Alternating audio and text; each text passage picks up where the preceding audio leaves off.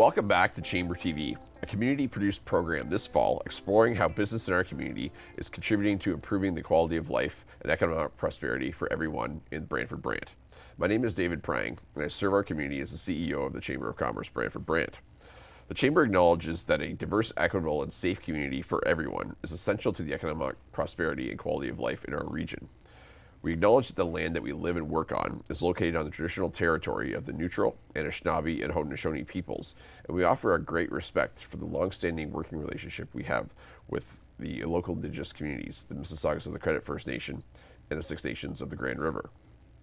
The Chamber has been active in our community since 1866, when industry leaders at the time then focused on transportation issues in our community, mainly focused around the Grand River. Today, the Chamber works on a number of different areas and avenues, including advocacy, business promotion, business development, economic development, and certainly working very, very closely with both our MP, our MPP, as well as our two municipal councils, the City of Brantford and the County of Brant.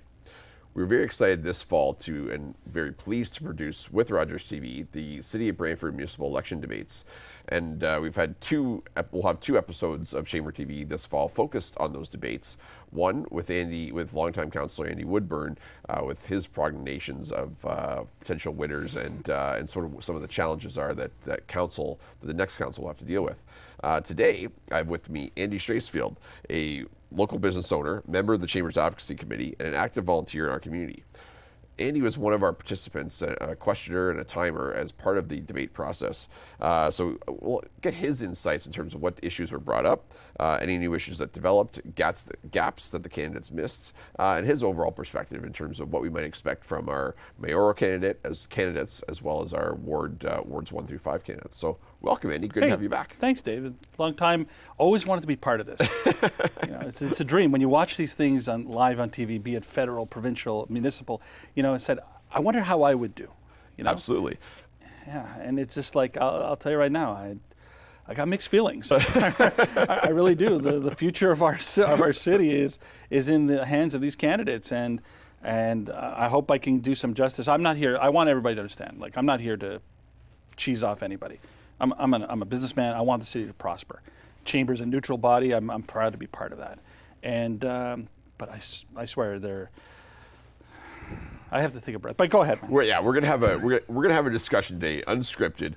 No questions actually were prepared in advance. Unlike the television debates, where the Chamber for the first time provided a series of topics for the candidates well in advance, so that they had time to prepare. We actually went out with the notice of the debate the same day that the candidates that the nominations list closed on August the 19th or August 22nd. So the candidates had a couple of weeks in advance to prepare. We worked very closely with Rogers TV to set up the dates of the debates and a process that worked for their staff and volunteers, for our staff and volunteers, as well as the technical capacity of Rogers.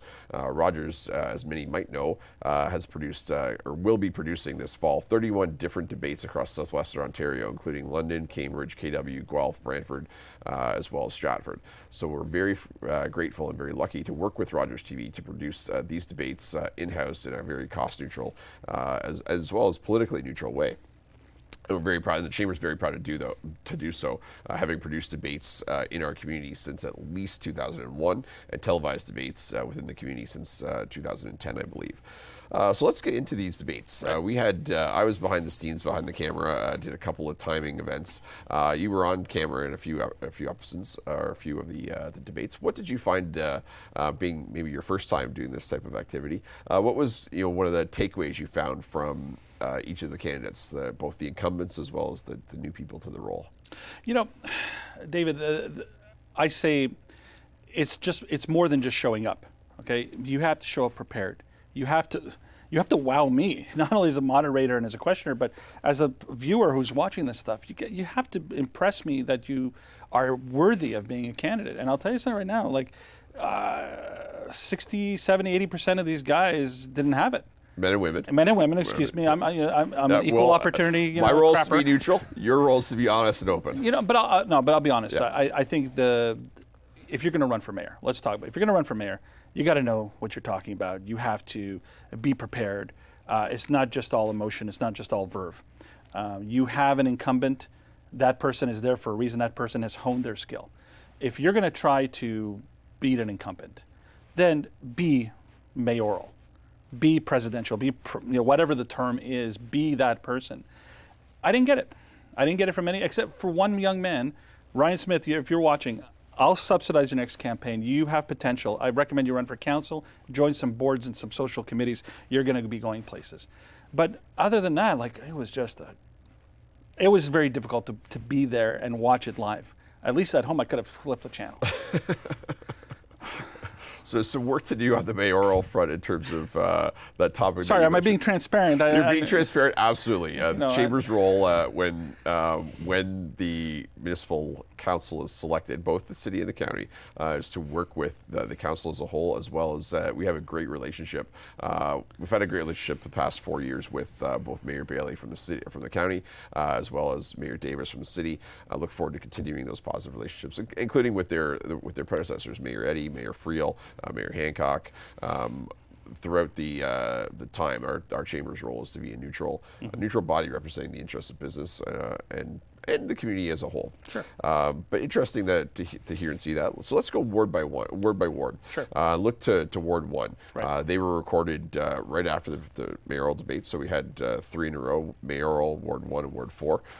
Ward 1, the smallest of the competitions, I guess, Right. with no naturally elected incumbent. What were your thoughts around Ward 1? Ward 1 actually impressed me. Ward 1, I actually last year ran for we called it the job interview session, but Okay. I was there, part of the 21 different candidates. Rose Sicoli was there, Michael Sullivan was there. Others were there who are running in other wards. Yep. Look, this is a ward that has a dear sentiment to myself because my family lives out there. They definitely, the candidates there definitely took their time to try to find the right answers. So I felt very confident that I think that anybody in Ward 1 should be very confident. I think it is a race. I think you want to look at your incumbent, you want to look at people around that, and I think that they did very well. I don't really want to endorse a candidate, but I think all 4 candidates have hope. But I think 2 of them are strong. Okay. And they knew the stuff. They came prepared. They had the wherefore. They did become councilorship, Yeah. So it made me feel confident. Okay. Yeah. One might suggest that those 2 would be 2 of your competitors in the Yes. the interview process Correct. going forward. Okay. Yeah. So Ward 2, 6 candidates, only 4 were able to participate in the debate. We'll have a video from one of them as well. Right. Your thoughts on Ward 2? Ward 2, John Udley, a compliment to him, a statesman. Really, he is the gold standard of what a councillor should be, right? Okay. And I think that you have 2 out of 3 of those candidates showing that type of respect for that generation, for that type of style. And then you have other people who just were not there, both mentally and physically. They weren't there. They didn't show any an understanding of the rules. It was just like, hey, this is my moment in the sun type of thing, and really it wasn't anywhere. But I do endorse and encourage those 3 to keep doing what they're doing, and they'll get to where they need to be. Okay. On to Ward 3. Again, another 6-person race. Kim Harrison, Greg Martin, Dan McCreary, Kelly Prosson, Mark Stangelo. One of the more heated debates Exactly. during this session, but also I think more interestingly enough, this series of debates, partially due to some of the design, because it was designed to have a little bit more back and forth. The chamber, in a couple of the times where I've been either a volunteer or staff person, we've had some kind of snooze-inducing debates, to be quite blunt.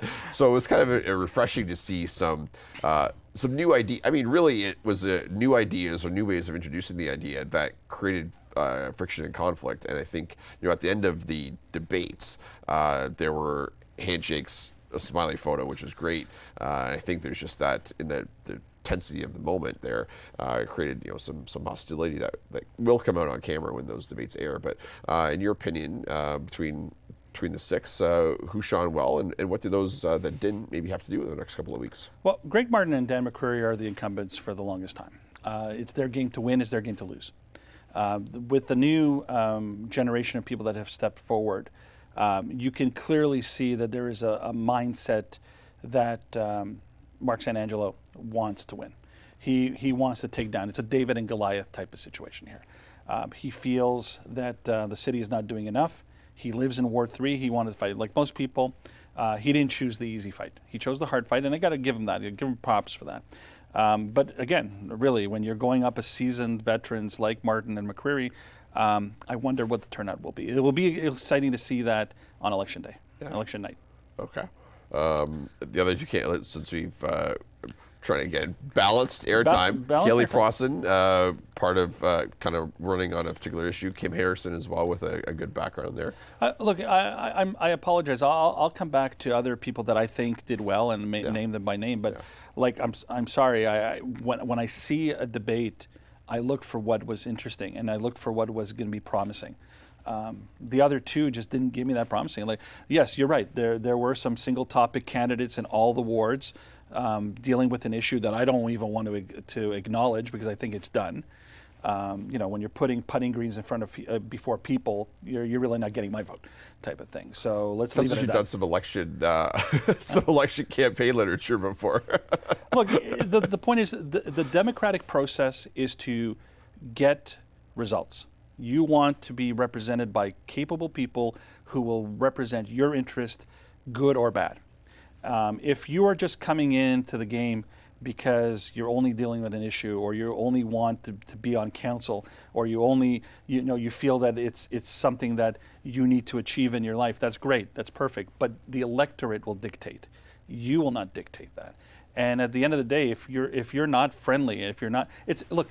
You can tune into the city council, well, like I did. Yeah. You could tune in to the city council debates and watch councillors treat each other like crap. We don't need this from candidates. We need candidates to say, look, I'm going to respect you, you're going to respect me, I'm going to respect the voter. And if you're not doing that, then you shouldn't be doing this. And particularly right now in politics, where you've had 4 years of an American president who threw all the rules out the window, and that resulted in an insurrection at their major source of government, where we've got candidates in Canada or elected politicians in Canada being accosted by individuals, where we've got protests on Parliament Hill, effectively another insurrection, and more and more examples of where we have to have candidate schools for a gender to get them engaged, and then those people still not. Then it's still being a challenge, I guess, for candidates to feel comfortable and safe running. It's really a time where without a talk to go on the attack in a political environment really has to be based on a solid belief in your position and an ability to defend it in a constructive way that's, again, moving that conversation forward, because we need qualified candidates for the job. And I think it does speak to, again, the compensation and their safety, compensation, and that balanced work-life piece. We're having labor problems everywhere. We can't really afford to have labor problems in our political environment. Right, exactly. Yeah.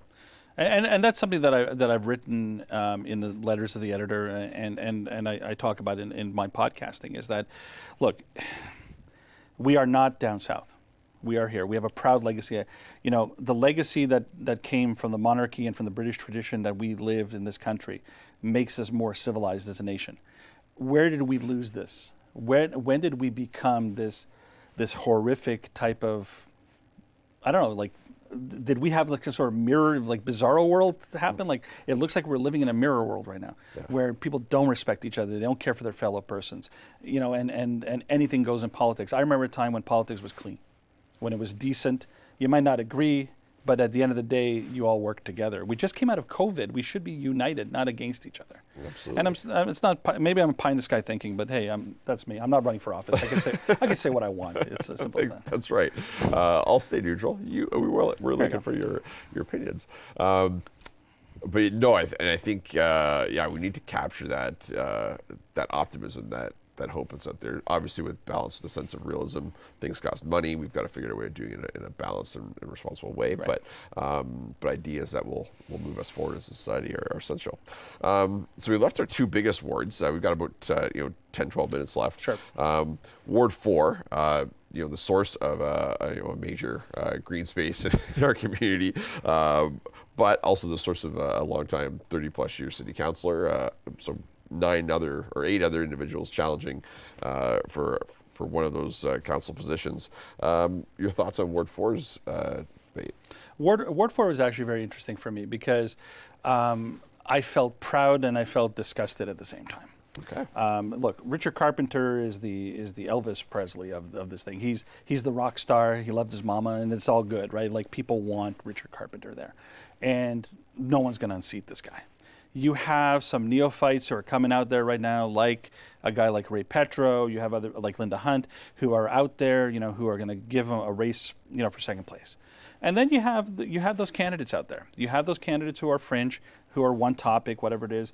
There's, I didn't know that there was a law and order candidate. He was very, persuasive about the fact that he wanted to stand up and represent people who are victims of crime. I'm wondering between Brantford-Brant and him, who's the better crime fighter? So there, it's that. But that would be Chris Gutierrez. That's Chris Gutierrez and Ryan Smith. He was, very passionate about his. He was, and I'm not making fun of him. Like, I know that he helped put away a person in federal prison, and if that's what this city needs, then I recommend he join the police board, and help build from within. But anyway, like I said, there are more qualified candidates out there in Ward 4 that impress me. Carpenter definitely will lead, and he will groom whoever is there. One thing that did shock me about Ward 4, and this upsets me a lot, is we have lost a champion of environmentalism in Ward 4, and that's Cheryl Antosky. Absolutely. And nobody stepped up to even recognize her passion and her devotion to that ward. And part of me is upset about that. And I really hope, for those of you watching, you will correct that and maybe put it in letters of editor or somewhere where you can show me that you can know what to do the right thing, because it's shocking. She's on her way, and we wish her the best wherever she goes. But still, I actually took the time to go to City Hall and congratulate her in City Council. And again, I'm shocked that people in that ward did not recognize her. Well, I'll take you up on that challenge right now, All Andy, right. and formally acknowledge Councillor Antosky, or Cheryl Antosky, for a great working relationship with the Chamber over the years. To her, actually, the Chamber's magazine, or In Touch magazine, that comes out 6 times a year, we had it polybagged, and we were at actually a business opening event in Ward 4. This would have been middle of COVID kind of thing, and she said, I have a question for you. Why do you polybag your magazine? You're the only one that polybags a magazine. I said, Councillor Antosky, that's a great question. That's just the way we've always done things, but let me get back to you. So by the time we got our next magazine rolling around, no more polybag, doing our part. Caused actually a whole lot of questions in terms of creating a space for a stamped address, everything else, but it was a great small comment by her. Big change on how we operated. So right. Kudos to Councillor Antosky. Thank you. Absolutely. So with 10 minutes left, let's move over to 5. Yep. 8 candidates, actually probably down to 7. Again, one incumbent, and then several, really passionate. What struck me from 5 was that every candidate that was able to attend the debate really had a strong passion for the ward itself. Mm-hmm. And I think that's perhaps unique to that ward, is that it does have its own strong identity, I think, in that the Eagle Place, Echo Place, surrounding areas, touching into the downtown, they all had a great sense of community around what who and how they were seeking to represent themselves. Right. Yeah. Right. No, look, I was surprised. I saw passion from Councillor Van Tilborg that I didn't see in my whole life.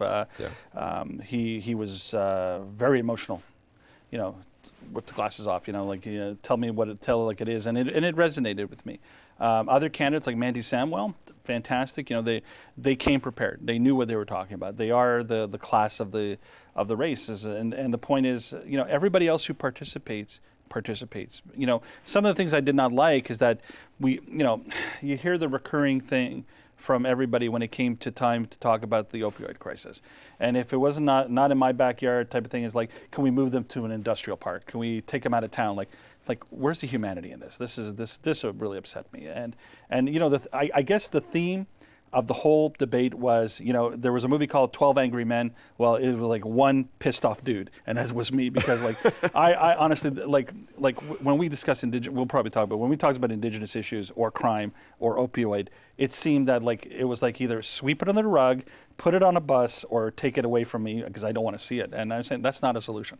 No, and I think that's the challenge, is that there's they're not black and white issues. They're not you can't throw money at it. You can't throw money at Indigenous reconciliation or our homelessness addictions, mental health.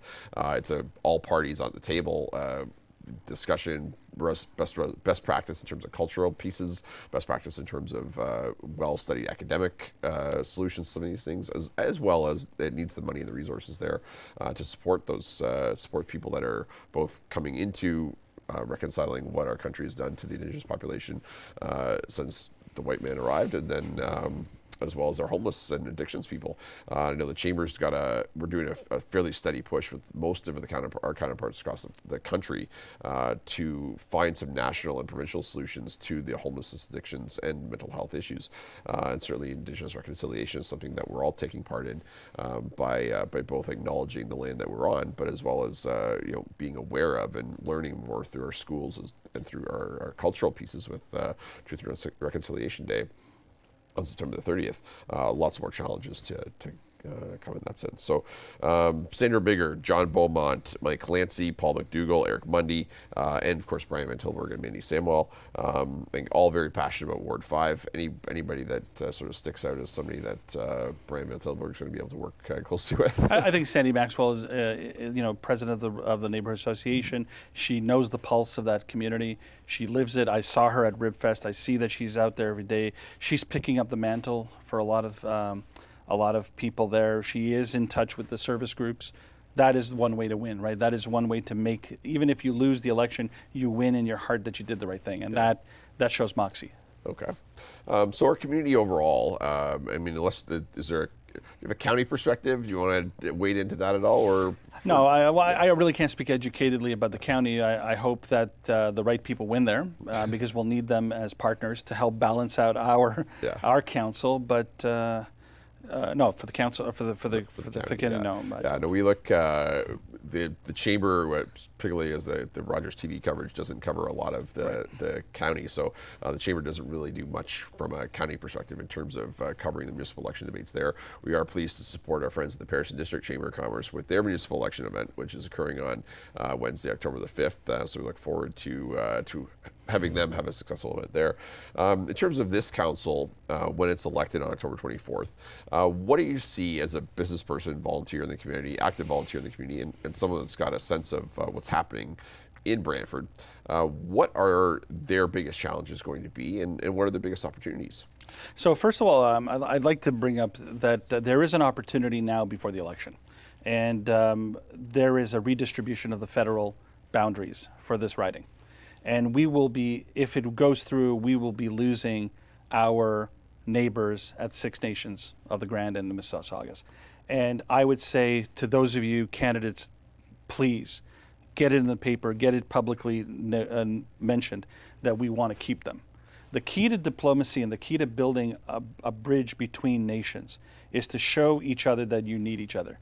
To have this expediency and say, oh, bye-bye, you're going over there and I don't need to worry about you, shows a lack of respect to those communities. It's better to show our Indigenous neighbors that we care and we fight to have them in our fold so we can work together and build together. And that is going to be the biggest challenge right now as we expand the city, as we move to build things, as we move to expand transport and the airport and this and that and the other. We're going to have to partner with the county. We're going to have to partner with our neighbors at Six Nations. And this is going to be a challenge. However, those who are prepared to deal with that challenge, who are willing to learn from the incumbents, stand to have, I said it before in something I wrote once, this will either be the most decisive or the most divisive council for the next 4 years. I choose for you guys to be more decisive than divisive. Okay. So, and that's I'm glad you actually brought up the division of the riding. Something that's in the back has been in the back of my mind, 'cause it certainly creates a different way of our chamber relating to our elected representatives. Right. We've had two representatives in the past when there was a seat of Brant and a seat of Brantford, but it's been some time, I think over 20 years since we've had to navigate that option. Right. But yeah, we'll lose if that happens. The riding of Brantford-Brant becomes Brantford. Then there's Six Nations, Hallam and Norfolk, and then I believe it's Oxford, called Brant. Oxford-Brant, which would then include sort of south Brantford, Scotland, Oakland, and Paris, and then the north piece would fall with Glenmorris and St. George would fall into Brantford. So I think that goes through the fall, the consultation. There's a couple of pieces coming up in the next couple of weeks. Well, there's actually a public hearing online virtually on the 27th. So please look it up on the Brantford Beacon. They actually have the link for you to go there and get your voice heard, be it politician or public. This is your opportunity to make the right decision. And this is, I think, from what I understand, this is being done as part of the riding redistribution to ensure that ridings have approximately 130 to 140,000 individuals per riding, and I think right now we're up close to 150 if you include the County of Brant, City of Brantford, and all of Six Nations as well. So we have about 3 minutes left. Final concluding thoughts on our municipal election in the City of Brantford. Look, it's always it's interesting when you're sitting at home and you're watching, and you want to see everything develop in front of you, and you really want to learn more about the candidates. For me, I like to give everybody hope. I like to say, look, I'll take you at your face value. Look, being part of this has been one of the most enriching moments of my life, and I mean that sincerely. Being part of an organization like the Chamber, a neutral group that represents business has to grow and flourish. We need the right people at the helm to help that happen. When you are there for the wrong reasons, it's shown. There were candidates who showed up who are the watchdog for the last 20 years of city council but couldn't hear a thing, right? You don't need this. You need people who are not going to join council and say, okay, tell me what my opinion is and I'll vote. You need to have that idea. You need to be listening to the voter and walking and saying, I have a mandate from the public, from the voter, and I care about business and I care about this. And challenge other councillors to agree with you or disagree with you. Don't walk in there and say, I'm going to try to right a wrong that was done many years ago or decades ago, and it doesn't work that way. The good news is that there are candidates out there, like I said, Gino Caputo, Sandy Maxwell, Rosa Coley, and others who have the wherewithal to be there. And like I said, let's have them recognize the people that came before. There is one person that, I know has been championed by other service groups, but we lost a great environmentalist in Tracy Bucci. And I wish my fellow candidates or the public would actually talk about that and say, hey, we'll stand up for her and we'll represent what she did. Okay, so, I'm going to have to cut you off there. I get passionate, I'm sorry. Thank you. We reached the end of our time today, Andy. So Andy Straisfeld, local businessman, community volunteer, active political enthusiast as well in the City of Brantford. The televised debates will be airing on Rogers TV Brantford and the Rogers TV and Chamber of Commerce YouTube channels throughout the election campaign leading up to the October 24th municipal election. Please get out and exercise your right to vote. You can vote for one candidate for mayor, and you can vote for two candidates for each of the ward. You can vote for two candidates in the ward that you live in, and there are 5 wards in the city. Please check the city's website to determine exactly where you're going to vote and who you're going to vote for. The Paris District Chamber of Commerce is hosting a meet and greet with the County of Brant's municipal election candidates on Wednesday, October the 5th. Check their website for more details.